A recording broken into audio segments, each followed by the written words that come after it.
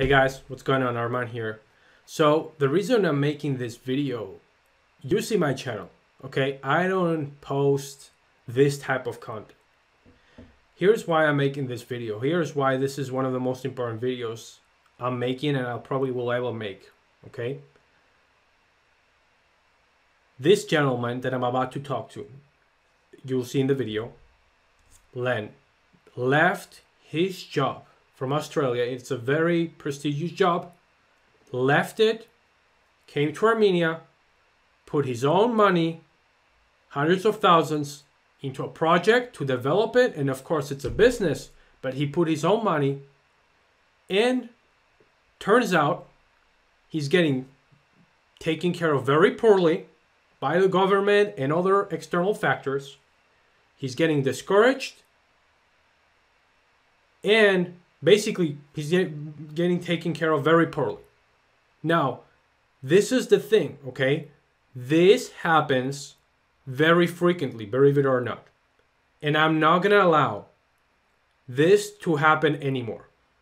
Like, people like of this caliber coming to Armenia to invest, to put their resources, they're leaving their home in Australia. They're leaving their home, everything. They're coming here. They're investing in Armenia. A decent amount of money. And we are going to take care, or Armenia is going to take care of them very poorly. I'm not going to allow that. This is why I'm making the video. I want to showcase him. And if I want to showcase him and show you guys, if the public sector doesn't take care of him, it's okay. The private people, the private businesses will take care of it. If it's a good idea, it'll succeed. But I'm not going to rely on the government. I've heard too many stories. These people need our help, okay? And I'm not going to allow people like him to get discouraged. I'm not going to allow people like him that are patriots to get discouraged and not do this project, which is what would have happened, okay? People quitting, people going back to their countries after being discouraged of doing something so amazing in Armenia. This cannot happen, okay? This cannot happen. I'm not going to allow that to happen on my watch. So this is why I'm making this video. I'm making this video because I'm going to highlight cases of amazing people. Doesn't matter if they're Armenian or not. Amazing people coming to Armenia that are true Armenian patriots, are putting their money where their mouth is instead of talking. And I'm going to showcase them. I'm going to do everything I can to give them a platform so they can successfully do it. Because the people that are currently, quote unquote, helping are doing the opposite. Okay? And we, the true patriots, you and me, we need to step out and help them and do everything we can. Because every opportunity, every person like this counts. If we all do this, we're going to become the next huge thing. Okay? But we have to enable those people. We have to promote this type of people. We have to facilitate. And right now it's happening the total opposite, which you will see in the video. Okay? So this is why I'm making the video. You see my channel. I don't post this type of content. This is super important for Armenia. And this is why we're talking. So bottom line, I'm not going to allow people like him to get mistreated and discouraged for coming and investing in Armenia. It has to be the opposite, and this is the beginning of it. Go ahead and listen for the rest, and we'll go from there. Thank you. Today, we have the pleasure of talking with Len. Len, how are you doing today? Barabdes, Emanuna Len Vixer. I'm talking to you from Armenia and Artsakh in the Republic of Armenia. It's lovely to talk to you. Thank you. So tell us, what are you working on right now? Before anything, what you're looking to do, what are you looking for? And then we'll go into a little bit of the background. Right now, we've established our base called Arani Lodge here in Artsakh. It was a base for all sorts of charity work under our Adopt a Village program. However, many of your listeners will understand how difficult it is to set up in rural Armenia. I mean, we can't even get fresh milk here. All the materials are quite difficult to get. So we thought at this stage, where we're at about 90% completion of our construction of our base, that we would reach out to others to see if we could take some partners. Financially, that would be good, but also we recognize the advantage of having people with different views, different ideas, and also being able to market in different parts of the world. We want to make sure that this place here in Vaitsor, which is a very vulnerable province, we're only 1.5 kilometers from the border, that it has a lot of economic development. From here, we want to develop an international school next door to attract even more diaspora, more people here, so that folk from across the border who have an interest in this area have a difficult time, because we can populate it rather than the depopulation that's going on at the moment. I love it. So tell us a little bit. So your background is amazing. I'm just blown away by your background. Before that, okay, so tell me a bit about the specs of, hey, this is a hotel. How many, just briefly, and by the way, we're going to leave in the description, we're going to leave videos of the actual facility. We're going to leave documents so people can see a little bit of what's going on, and a longer video where it shows basically the whole facility. Is like 15-minute video. So we're not really going to talk about that in depth. People can go and watch that. But just as a 30,000 foot view, what are people investing in, and what is the amount you're approximately looking for now? What are they investing in? Like, how many rooms does it have? Blah, blah, blah, blah, blah. Do you like wine? I love wine. Well, we have our own small vineyards, and I can tell you now that the wine that's produced here, which is, we're less than 800 meters from the world's oldest winery here. You know, if it was the West, this place would be surrounded by hotels and other tourist attractions, right? Leveraging off this incredible place.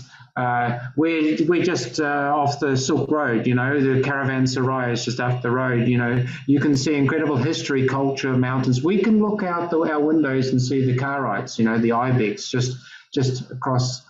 I just don't want to talk about the fact that we've got 10 luxury suites with jacuzzis and wonderful amenities that overlook the Arthur River, and 8,000 square meters of parkland for guests to enjoy. You can bring your helicopter here, because we'll have the only helipad in Armenia. I don't want to talk about just the amenities there. I want to talk about the nature, this incredible place that needs to be preserved, and also on our property within that very vineyard that I was mentioning, the development of the Arani Open Air Cultural Museum, which is designed not just to preserve the incredible cultural heritage that the neighbours want to destroy, but also to provide jobs for artists and keep young people here in the rural area rather than depopulate and go to Yerevan. So that's what we have. I love it. So okay, and then tell us, this is important, and people will say this is not important, but this is actually important. Roughly speaking, how much of your own money have you put into this, and then how much are you looking around for investment from investors? So our total investment, probably I shouldn't say on a video, but it's going to be not much less than $1 million by the time we finished. When we're talking about all the different peripheral projects and investments, that sort of thing. However, we believe that since this property that we're on, which was not connected to the main highway previously, has risen in value with, for example, the construction of the bridge that we did, which can take a 70-ton tank, not that I want to take a tank, But nevertheless, so we can take now vehicular traffic, heavy vehicular traffic. So that means that the value of this property has increased exponentially. If you came now to Armenia and try and find vineyards and open green orchard, which we're sitting on next to the river, you will be paying 3 or 4 times what we paid. So we believe that the value of this property is well in excess of 1.2 million US. Gotcha. Okay, and then what's the amount you're looking to get from investors, more or less? Yes, so we believe that there's an opportunity to have a partnership with 1 or 2 investors. You don't tell the percentages, but like, hey, yes, we would love to have an extra. 10% shareholding or 20% shareholding. Perhaps more if people really showed an interest, but we think 10 or 20% would be what we're looking for to ensure that not just this lodge, but also our other projects like our drone making, like our vertical axis wind turbine that we're trying to develop here for Armenia. Guys, I have to tell you about that, about Len. Like, he's amazing. But basically that is it. Like 10%. We'll put their contact information. There's going to be a form. You fill that out. And you'll be able to reach out directly to Len. Talk about every detail with him. We're not going to go into those details, but I just wanted a little bit over it. So now let's just go back into that amazing story you told me, that basically you quit your job, but not any job. Just not like you were not doing trucking somewhere, which I love truckers, but you were not, you were an important position. You quit that position for a very important reason for Armenians, and you came here. Tell us the story about that. Well, first and foremost, I want to support my wife and her people, because your people have had just the greatest injustice, not just recently, but through centuries. So for years, I've been a genocide activist, and I was working for the United Nations. My background is in aviation, aeronautics, that's the drone connection. But basically, for the United Nations, I used to oversee these safety standards with my team, 42 nations in Asia and Pacific from the Bangkok office. And I used to support and still do, the Armenian Civil Aviation Committee, because this is my expertise. And I did so in my private time because Armenia didn't fall within my area of responsibility. To cut a long story short, the neighbours found out about that support. And what neighbours? What neighbours? It's important. What neighbours? The neighbours with the closed borders. Okay. Okay. As there is, okay, all right, so I'll spell it out. Anyway, cut a long story short, I got a letter from my headquarters. You know that the United Nations, it's full of very good people, the United Nations. The problem is that it's politically corrupted by very powerful interests. We see that with the Security Council and so on. So I received a letter demanding that I stop my support to Armenia, even in the my private time, and the next day I resigned because I refused to be intimidated by such demands. And besides, as a landlocked nation, you need the best air connectivity, the best safe systems. It's absolutely vital.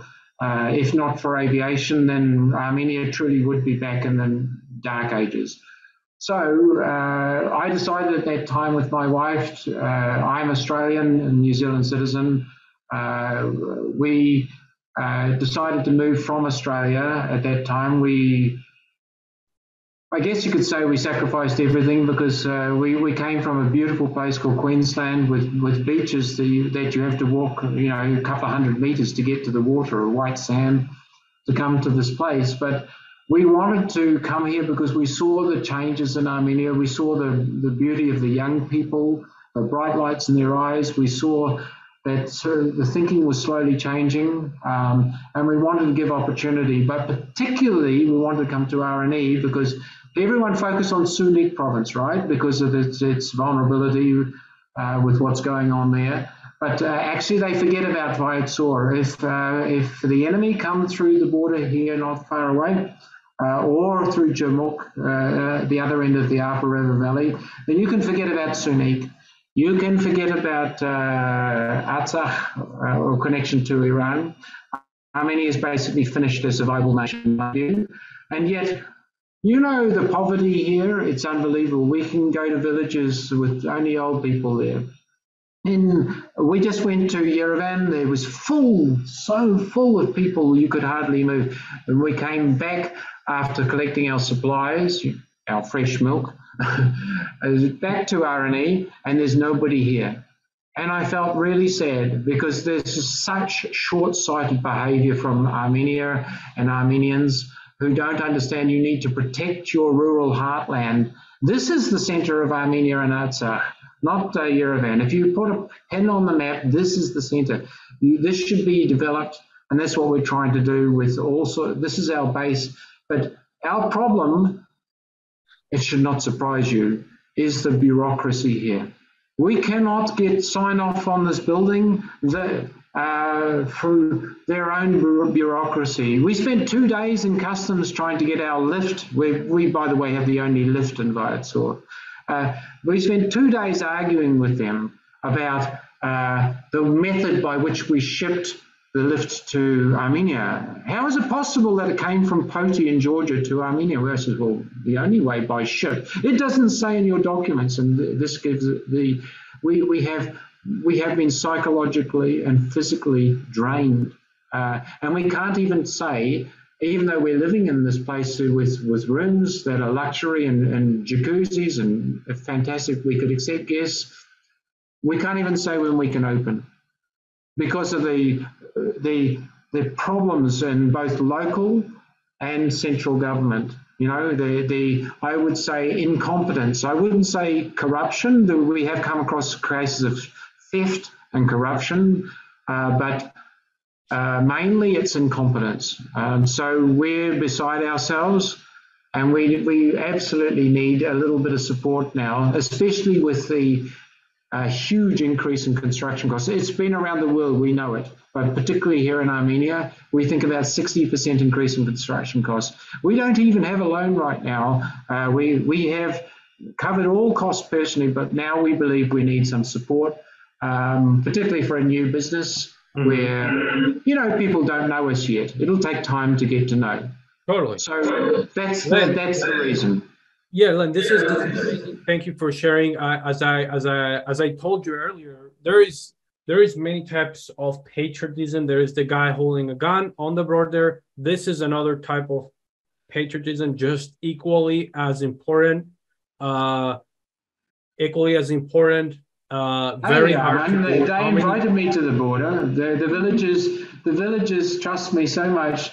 I'm kidding you not. They invited me to the border to help dig trenches. For me, that was a great honor. Yeah, totally. You know, and listen, this needs to be talked about. I interviewed someone. This interview still needs to go up. This man helps finance hundreds of millions of infrastructure projects. He told me the number one reason why more deals don't happen for him is because of governments. So this is not something new. This is happening across everywhere. Great. Let's, okay, what are we going to do about it, right? This is where we're talking, Len. We're going to first provide exposure to this project, to this amazing thing that you're doing. Again, this is not only you as a person, just getting to know you like the last 30 to an hour, engineer, drone projects, you're doing this business. There is Artsakh. You have documented research about what the made up Khojali thing that the Azeris are trying to claim. So you can see that not only this man is trying to put a business together, develop a local, a very important place in Armenia that's neglected. But he's also all like a 3D chess per se. He has so many amazing things also going on the side. So it's our obligation, my obligation, and any obligation it's our obligation for any patriot listening. Any patriot listening, we have to do everything in our power so that this moves forward. Len also told me that, listen, like this has been going on for months. We're getting frustrated. And when things, when people get frustrated, they stop, they quit. Yes. We don't want that to happen. And by the way, we've seen people quit. Mitch told me we've seen people quitting. We've seen people quitting and it's usually, I need to talk about this. It's usually because they relied on the government or they relied on something that wasn't there. Now, the solution is private. The solution is private companies, private investors, people who care. We don't need the government in that sense. Exactly. We can take care of this. So here's the next steps for everybody listening. If this here's 3 ways you can help. Number 1, easiest, share this video. Share this with people that could potentially either be interested or expose this to a bigger audience. Great. That's option number 1. Option number 2 is if you know any investors, you can put us in touch or put Len in touch more than me. Again, send this video and the information. And then number 3, if you yourself are an investor, don't hesitate also to reach out. There is going to be lots of information below about the place. We were on a call on the phone 10 minutes ago. He showed me around the whole place. And of course, some parts are being built, 90% is built. But he's going to do that with you. If you are an investor, you're serious about this, he can show you, hey, this is what's going on. This is what's happening. This is what we're doing.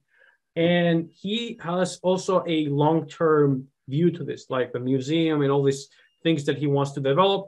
Did you mention, I don't know if you mentioned that on camera or not, about you wanting to open a school? I don't think you mentioned that on camera. Yes. This is critical. That's super important, and the school is actually already built. And I tell you how, just very quickly, in Yehagnatzor, the provincial capital, we have one, and I found one, believe it or not, really amazing churchman. The Archbishop Abraham is just the most wonderful, wonderful man. He's head of the Sunni NGO, and they built a school, a kind of a university with 40 classrooms and everything the school needs, right? But they didn't have the right business plan. They just thought that they could do it through local fees, and the Archbishop ended up paying for half the students himself, as you would understand. So what we wanted to do is change that business model with our experience and our connections to an international school with 75% students supporting 25% local students. And here's the rub. It needs to be a high technology school that not only is a school, but its profits, or at least most of them, go towards high technology industries that support the students that come out. So you have a school plus situation where you educate students and you keep them in the province. They don't just leave for Germany or Spain or wherever. You keep them in Armenia. You develop these high tech industries like I was talking about with drones and wind turbines and computer sciences, defense sciences, all of those things, AI, all of those things. We need to be smart, develop this ARPA economic corridor, and we can only do it with help, because we are only ordinary people here, just with ideas. Totally. And I'm so glad you brought that up. So many connections, so many people that I'm going to send this to personally. But this is pretty much it. You guys can see Len's brilliance in what he just talked about. Again, all the info is going to be below.